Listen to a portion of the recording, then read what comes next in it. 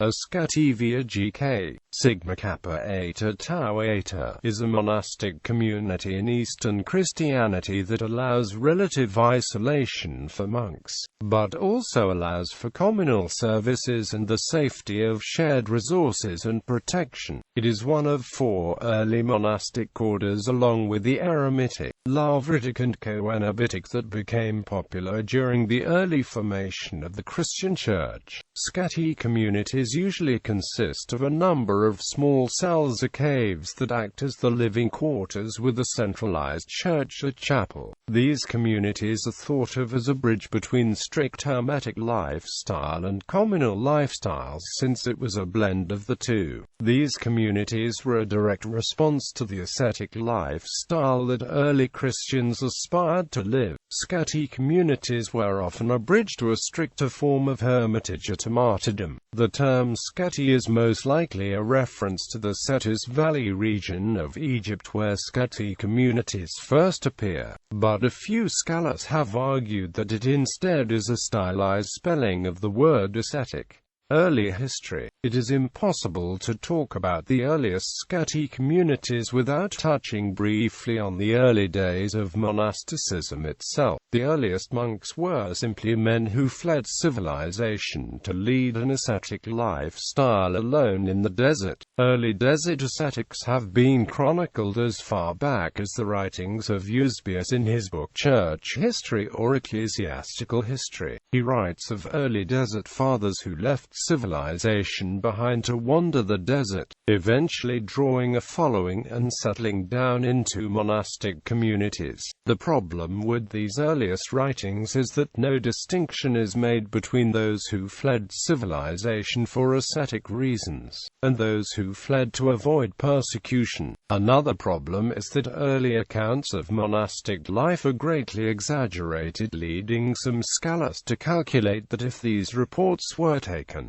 at face value, the monasteries were larger than the entire populations of the countries where they were founded. The only thing that is absolutely certain from these early writings is that some early religious figures did flee to the seclusion of the desert, while others had a legitimate calling, whether fleeing persecution or fleeing civilization. The monks who retreated to the Cetus Valley in Egypt eventually began to draw followers. The inherent problem with attracting followers is that it defeated the original goal of seeking solitude. Early communities began forming, with the monks building small 1 or 2 room cells or occupying caves. Eventually, these small communities would draw more people, leading to the need for simple communal infrastructure. The monks would work together to build a church, then retreat to the solitude of the cells or caves to embrace the hermetic and ascetic lifestyle. After building a communal church, they could gather for the weekly liturgy or Eucharist.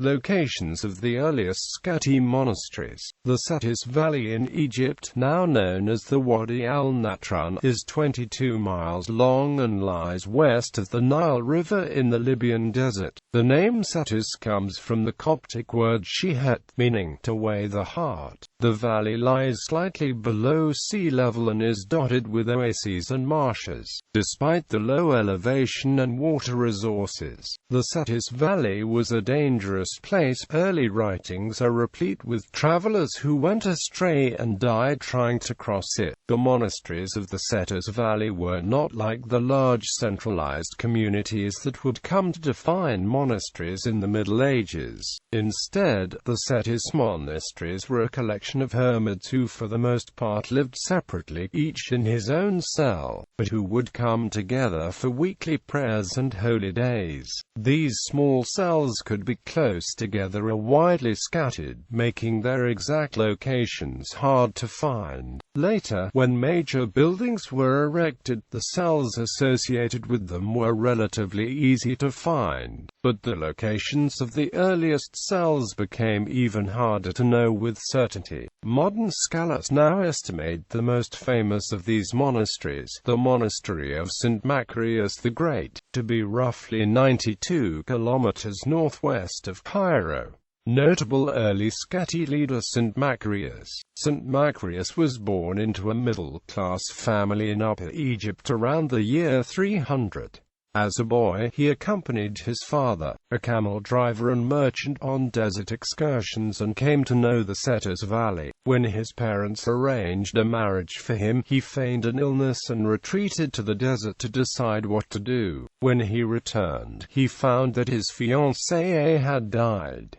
Following the death of his parents soon after that, he gave all his money to the poor. When the bishop of Ashmun became aware of Macarius's piety, he ordained him a priest. Later, Macarius was accused by a village woman of impregnating her. He did not defend himself, but the women had a difficult labor and did not deliver until she confessed that Macarius was not the father. Following this incident, he fled to the Cetus Valley to live as a desert hermit. Soon, he began to attract followers. He sought the advice of St. Anthony, who inspired him to become a teacher and to found a monastic community. The monastic community reflected Macarius's own thoughts on the need for solitude and contemplation and allowed monks to live, for the most part, separated from one another, coming together when needed for Mass on the weekends and in times of trouble. He was exiled by Emperor Valens to an island in the river Nile along with St. Macarius of Alexandria over a dispute about the Nicene Creed. The exile was short-lived, and he returned to his monastery where he lived until the time of his death in 391.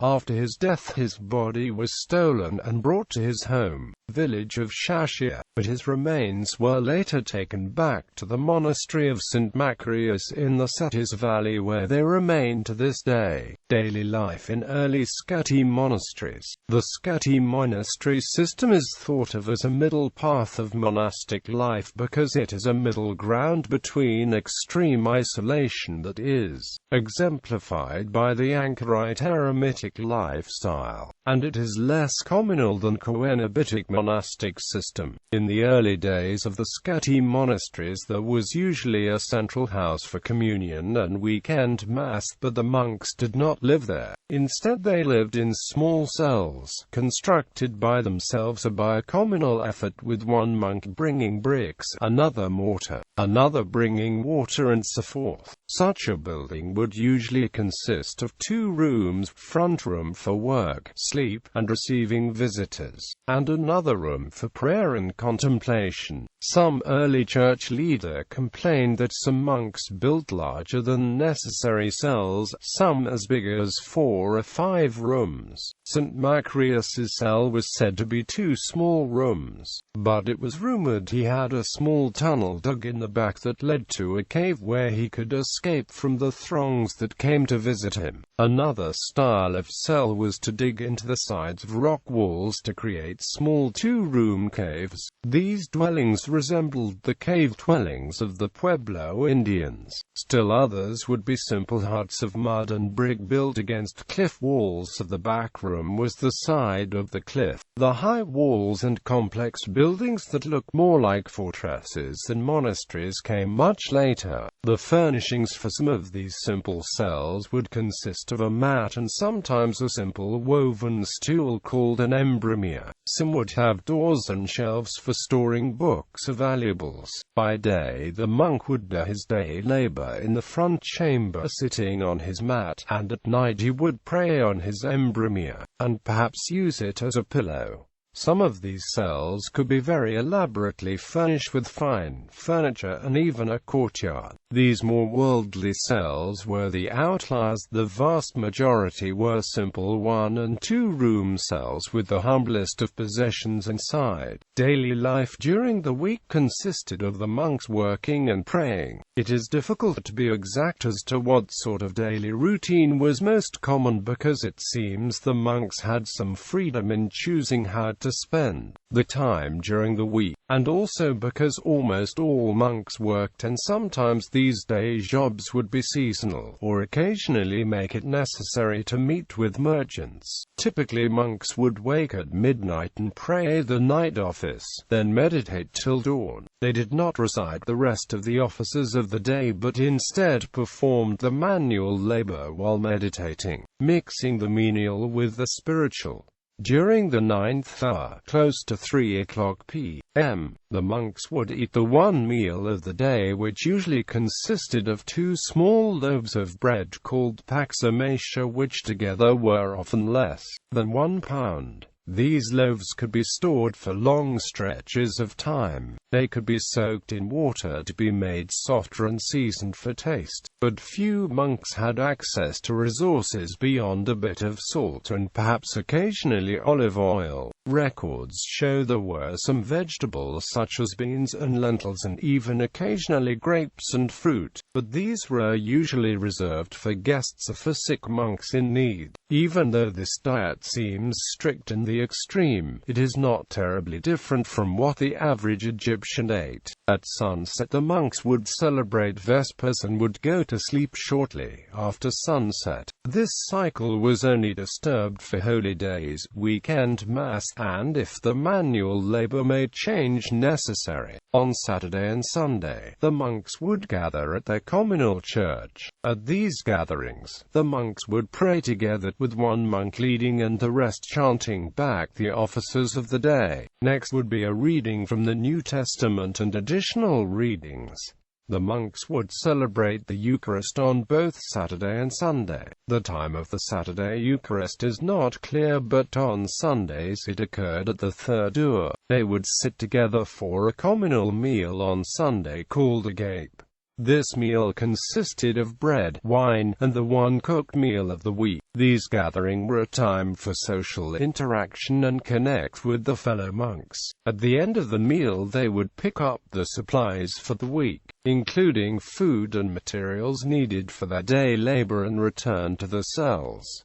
Political hierarchy. Because of the nature of the Skete-style monastic system, political hierarchy in the earliest days, the monasteries were not necessary. Most monks worked and prayed alone all week and only gathered on the weekends for group prayers and the Eucharist. New monks would often attach themselves to older monks to learn the basics of monastic life and, if needed, a skill for their day job such as basket weaving or rope making. Some monks would gather a large cluster of monks around him as his disciples. How these small groups worked is unknown, but many disciples followed the leader monks until they died. After the death of Macarius in 390, 4 distinct congregations formed in the Cetis Valley. These 4 congregations had their own church kitchens and served the monks living in the cells around these central structures. These congregations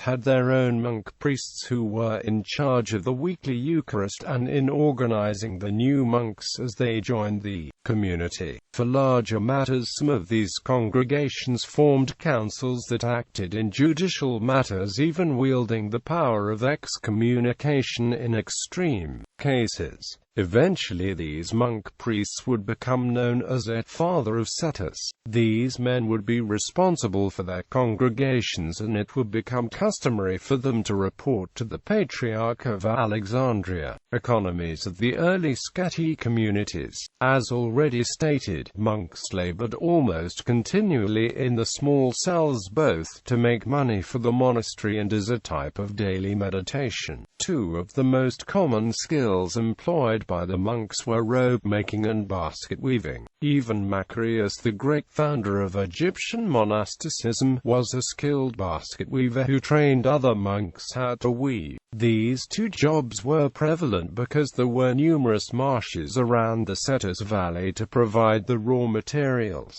The monks would either take the finished products to the church on the weekends to be sold, or sell them to camel caravans when they passed by the cells. The epithet patrum mentions other jobs monks carried out, such as copyists. Many monks, including early church leaders such as Macarius the Great and John the Dwarf, worked as day laborers at local farms during the harvest season. These labors served two purposes. They provided the monks with the means for survival in the desert where food and supplies are not easily available, and they were also a kind of manual meditation that gave the monks time to both work and reflect on the scriptures. Church controversies in early Skete communities. The early church was fraught with controversies that bitterly divided many cities and even congregations. The earliest monasteries of the Ceres Valley predated many of these early church schisms, and because of their isolation and because most of the monks spent so much time in isolation, these church problems were slow to affect them. For example, during the Great Persecution of Christians under Emperor Decius, many early Christians fled to the desert to the monasteries. But the long arm of Rome did not extend very deeply into the Ceres Valley. The creation of martyrs during this time influenced the way the Skete monks were perceived, because the extreme asceticism of the lifestyle led many to believe the monks to be living martyrs. Later, during what would become known as the Meletian Schism, when the church became divided in Alexandria over who was the rightful bishop, local monasteries around Alexandria would choose sides and enter the fray, but Cetis monasteries only mentioned the problems in passing. The isolation of the desert and that of the monks themselves kept many of the bitterest church controversies at bay. As mentioned earlier, St. Macarius was briefly exiled to an island in the Nile River over a disagreement concerning the Nicene Creed, but the exile was short-lived and he soon returned to his monastery. Development. The Skete monastic style of monasticism fell out of favor with the Church at the beginning of the Middle Ages. This was due mostly to the need for relative physical safety that more traditional Cenobite communities offered. Skete monasteries still exist, and the monastery of St. Macarius the Great still stands and has a thriving Skete community.